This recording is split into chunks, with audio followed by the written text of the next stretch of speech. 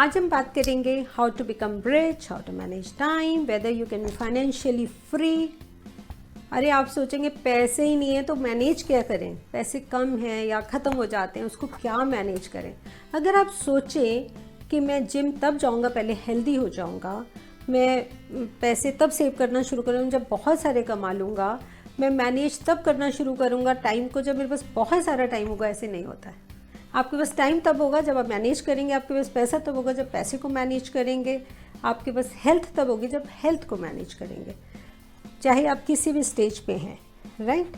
सो अगर मैं आपसे एक क्वेश्चन पूछूं कि अगर आपको, मैं कहती हूँ कि मैं आपको $1 मिलियन देने वाली हूँ, लेकिन अगर आप हर रोज़ एक पेनी आपकी डबल होगी, कल को 2 मिलेंगी, परसों 4 मिलेंगी, 8 मिलेंगी, 16 मिलेंगी, 32 मिलेंगी, 64 मिलेंगी, ऐसे 31 डेज आपकी डबल होता जाएगा आपका डॉलर।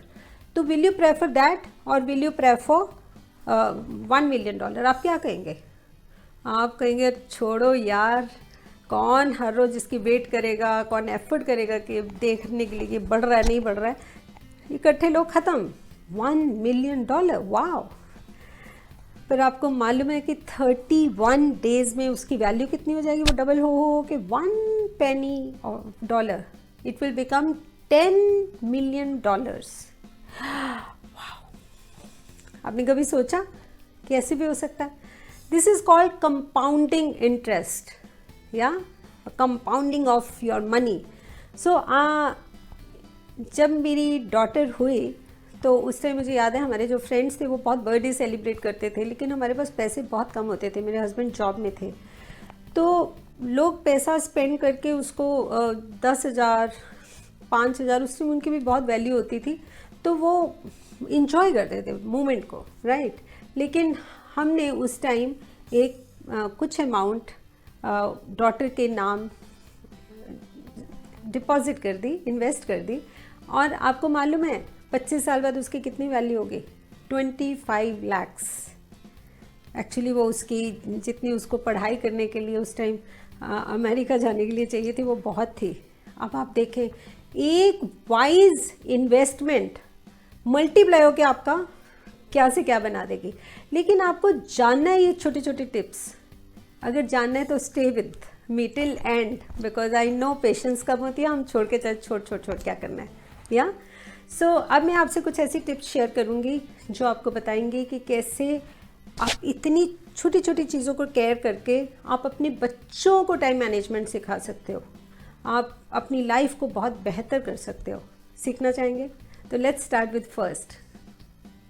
एक रूल होता है 50-30-20 कि आपको 50% जो आप कमा रहे हैं उसको आपने अपनी नीड्स में पूरा करना है। नीड्स, रोटी कपड़ा और मकान, ज़रूरतें, और अपने 30% ऐसी चीज़ों में स्पेंड करना है जिससे आपकी ग्रोथ होती है, जिससे आप सीखते हो, जिससे आप थोड़ा अपनी हेल्थ ऐसी चीज़ों पे लगाते हो, फिटनेस कुछ ऐसा करना चाहते हो, स्पेशल शॉपिंग करना चाहते हो ऑर्गेनाइज वे में, वो करोगे, और 20% आप सेव करोगे। लेकिन कुछ लोग ऐसे होते हैं कि उनकी बेचारों की इनकम इतनी कम होती है, वो कहते हैं हम कहाँ 50% में हमारा गुजारा होगा। मान लीजिए आपकी सैलरी 20,000 है, तो आप सोचेंगे 10,000 में गुजारा कैसे होगा। I agree.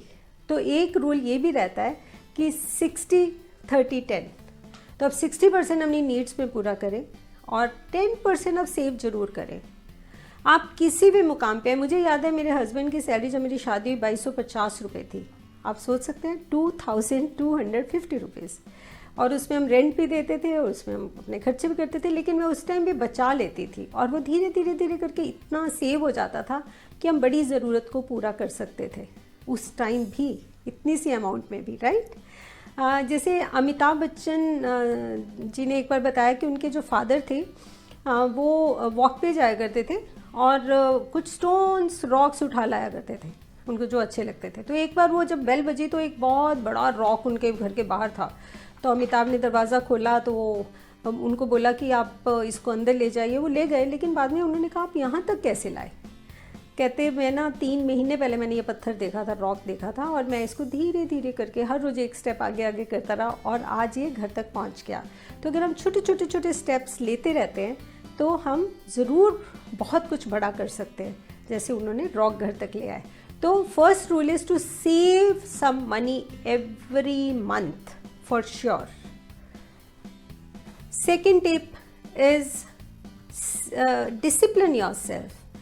आई रिमेंबर जब मेरी बेटी छोटी थी तो एक बार मैं अपनी फ्रेंड के साथ उसको हम घुमाने लेके गए, कोई फेयर था और वहाँ पे मैंने उसे बोला कि कोई एक झूला ले लीजिए, 10 रुपए का आता था. तो मेरी फ्रेंड को बहुत अजीब लगा कि शी सिली, कि लेने दो ना जितने लेते हैं. ऐसे नहीं, डिसिप्लिन बहुत इंपॉर्टेंट है. They should know value of money. ऐसे नहीं कुछ भी खाना है जो खा लें, लेकिन झूला ठीक है, एक लिया, इंजॉय किया, दैट्स इनफ. सो उसका मैं आज देखती हूँ कि मेरे बच्चों पे कितना असर है. उनको कोई गलत आते नहीं है, वो वैल्यू करते हैं, वो बहुत वाइजली चलते हैं और बहुत अच्छा करते हैं लाइफ में. तीसरी टिप है कि बच्चों को हम किस तरह की हैबिट्स डालते हैं.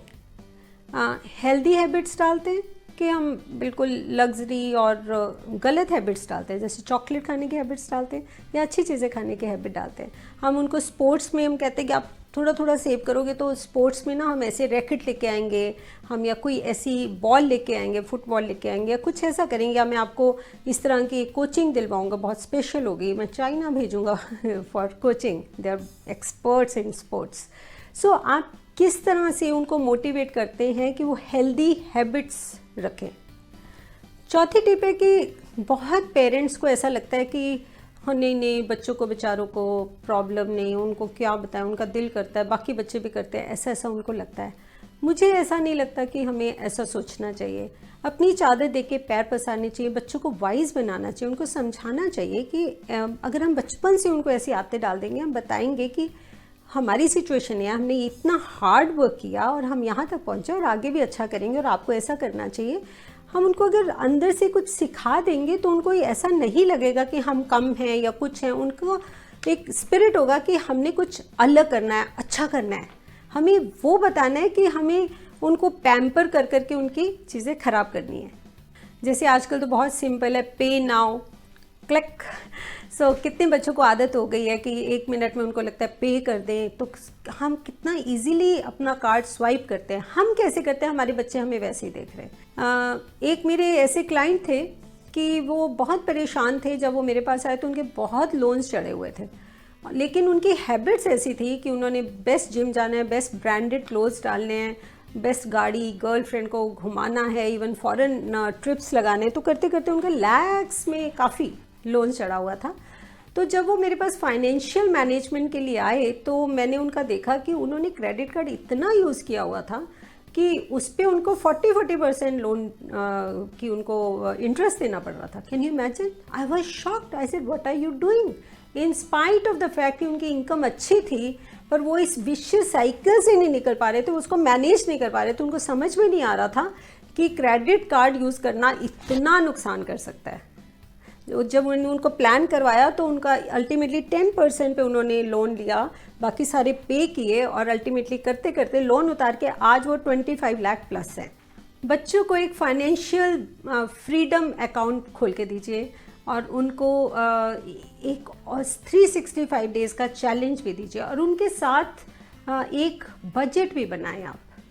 तो बजट उनके साथ बैठ के बनाएं और उनको बताएं कि 365 डेज़ में हम इतना सेव करने वाले हैं और इस चैलेंज को लेके चलें और उनको एक अकाउंट की देखिए आपके पास इतना हो जाएगा तो आप क्या कुछ कर सकते हो, है ना. जब हम ऐसे देंगे तो बच्चों में एक सेविंग की हैबिट पड़ जाएगी, एक पॉजिटिव चैलेंज लेने की पड़ेगी, एक उनको समझ आएगी खर्चे कहाँ कहाँ होते हैं. They should understand. हमें बच्चों को ऐसे नहीं रखना है. बहुत पेरेंट्स को लगता है कि हमें बहुत प्रोटेक्टेड रखना है, नहीं बच्चे हैं, स्ट्रेस हो जाएगा, ऐसे मुझे नहीं लगता है. Rather they become wise. I have done the same thing with my daughters. Next tip है कि बच्चों को बहुत सेंस ऑफ फ्रीडम वो नहीं देनी है कि वो डिपेंडेंट हो रादर आप पे कि फाइनेंशियली मेरे फादर के पास बहुत पैसे, मेरे मदर बहुत मुझे कोई ज़रूरत नहीं है, ऐसी फीलिंग नहीं आनी चाहिए. बच्चों को ये होना चाहिए कि हमें अपना खुद कमाना है, खुद अपना करना है, हमें पेरेंट्स पे डिपेंड नहीं करना. मेरी बेटी जब US जा रही थी तो उसने बोला मामा मुझे लोन पे भेजिए, बिकॉज मैं इतना चाहती हूँ कि मैं खुद कमा के उसको रिटर्न करूँ. मुझे फीलिंग रहे कि मुझे करना है, मैं बहुत केयरलेस नहीं हो जाऊँ. तो आप अपने बच्चों को केयरलेस बनाना चाहते हैं कि उनको रिस्पॉन्सिबल बनाना चाहते हैं? जैसे कि आजकल एक बच्चों को बहुत इमीडिएट ग्रेटिफिकेशन की आदत है कि बस कुछ किया तो साथ में कुछ हो जाना चाहिए। अरे ये हो तो रानी, ये जॉब छोड़ दो, ये मैंने किया, ये अटेम्प्ट किया, नहीं एफर्ट की, कुछ फ़ायदा नहीं हुआ, छोड़ दो। ऐसा नहीं है। हार्ड वर्क की आदत डालें उन्हें, इंस्टेंट ग्रेटिफिकेशन की आदत नहीं होनी चाहिए। Let them work hard. Please tell them stories how people have worked hard, kept patience and ultimately persevered and won. कितने ऐसे स्टार्टअप्स हैं, कितनी ऐसी स्टोरीज़ हैं, कितने फेलियर्स के बावजूद लोगों ने कितना बहुत तरक्की की, राइट। आपका बच्चा भी इसीलिए कर पाएगा अगर आप उसको सिखाएंगे। मेरे एक मेंटर है डॉक्टर दायसा कोईकेदा, उन्होंने एक बार बोला था कि मनी इज़ इन एयर। तो मनी इज़ इन एयर, बहुत लोगों को लगता है अरे ऐसे कैसे, हमारी तो हालत इतनी ख़राब है, हम नहीं। लेकिन जैसे ऑक्सीजन हवा में होती है, और लेकिन हर लंग्स इतनी हेल्दी नहीं होती कि उनको अंदर लेके जा सके। तो अगर हमारी विजडम वैसी नहीं है तो हम उसको नहीं ले पाएंगे। लेकिन अगर वाइजली, बहुत अच्छे से, हार्ड वर्क से, मैनेजमेंट के साथ हम लाइफ में चलते हैं और समझ से, सीखते हुए, लर्न करते हुए, लर्निंग के बिना अर्निंग नहीं है, तो अगर करते हुए चलते हैं तो ज़रूर हम उस एयर को अपने घर में ला सकते हैं। Money is in air. या एक और बहुत इंपॉर्टेंट पॉइंट है, loss of time is loss of money. एक बार रतन टाटा कहीं जा रहे थे और उनके साथ बहुत सारे कलीग्स थे। उनकी बस एक बार ख़राब हो गई, मिनी बस होगी कंपनी की, तो ख़राब हो गई। तो सारे उतर के इधर उधर टहलने लगे, ड्राइवर ठीक कर रहा था। तो उन्होंने थोड़ी देर बाद देखा कि रतन टाटा कहाँ है, और वो ढूंढने लगे रतन टाटा कहाँ है, रतन टाटा कहाँ है। देखा कि वो उस ड्राइवर के साथ ठीक करा रहे थे। तो वो बहुत हैरान हुए कि आप कर रहे हैं। कहते अरे मेरे अगर हेल्प करने से 5 मिनट जल्दी हो जाएगा तो हमारे 5 मिनट बच जाएंगे। तो ऐसी सोच रखनी पड़ती है सक्सेसफुल होने के लिए, पैसा कमाने के लिए। ये सोचने से कि पैसा नहीं है तो टाइम मैनेजमेंट की ज़रूरत नहीं है। ये हार्ड वर्क से डरना नहीं है। Hard work does not kill, stress kills. घर में बैठे बैठे डरे जाएंगे, फियर करी जाएंगे, फेलियर को रोते रहेंगे, पास्ट को रोते रहेंगे, कुछ नहीं होगा। तो हार्ड वर्क करें, स्ट्रेस नहीं करें, फियर से कुछ नहीं होगा। आपको कुछ ऐसा काम करना है, आपको बहुत पैसा कमाना है, तो सबसे बड़ी बात है पैसे की नहीं सोचें, ये सोचें कि मैं किसी की क्या प्रॉब्लम सॉल्व कर सकता हूँ। जैसे आपके आइडिया आएगा कि मैं ये प्रॉब्लम सॉल्व कर सकता हूँ और आप उस प्रॉब्लम को सोल्व करने में जुट जाएंगे, तो आप पैसा तो कमा ही लेंगे। आप अगर बिल गेट्स को देखें, स्टीव जॉब्स को देखें, आप जियो को देखें, कोई भी देखें, जोमेटो को देखें, कोई भी, तो उन्होंने हमारी कुछ ऐसी प्रॉब्लम सॉल्व की और बहुत पैसा कमाया। अमेज़ॉन को देख लें आप, राइट, गूगल को देख लें। तो जब हम कोई किसी की प्रॉब्लम सॉल्व करते हैं, दुनिया को की लाइफ ईजी करते हैं, तो बहुत पैसा कमाते हैं। Last but not the least, जब आप कहीं कुछ भी शॉपिंग के लिए जाते हैं, लिस्ट बना के जाएं। उससे एक तो आपका टाइम बचता है, बार बार चक्कर नहीं लगाना पड़ता, पेट्रोल बचता है, टाइम बचता है। Time is money, I told you, right. And also आप कुछ फालतू नहीं खरीदेंगे, आपका फोकस बहुत अच्छा रहेगा और आप कुछ मिस भी नहीं करेंगे और एक्सेस भी नहीं लेंगे। Thank you so much.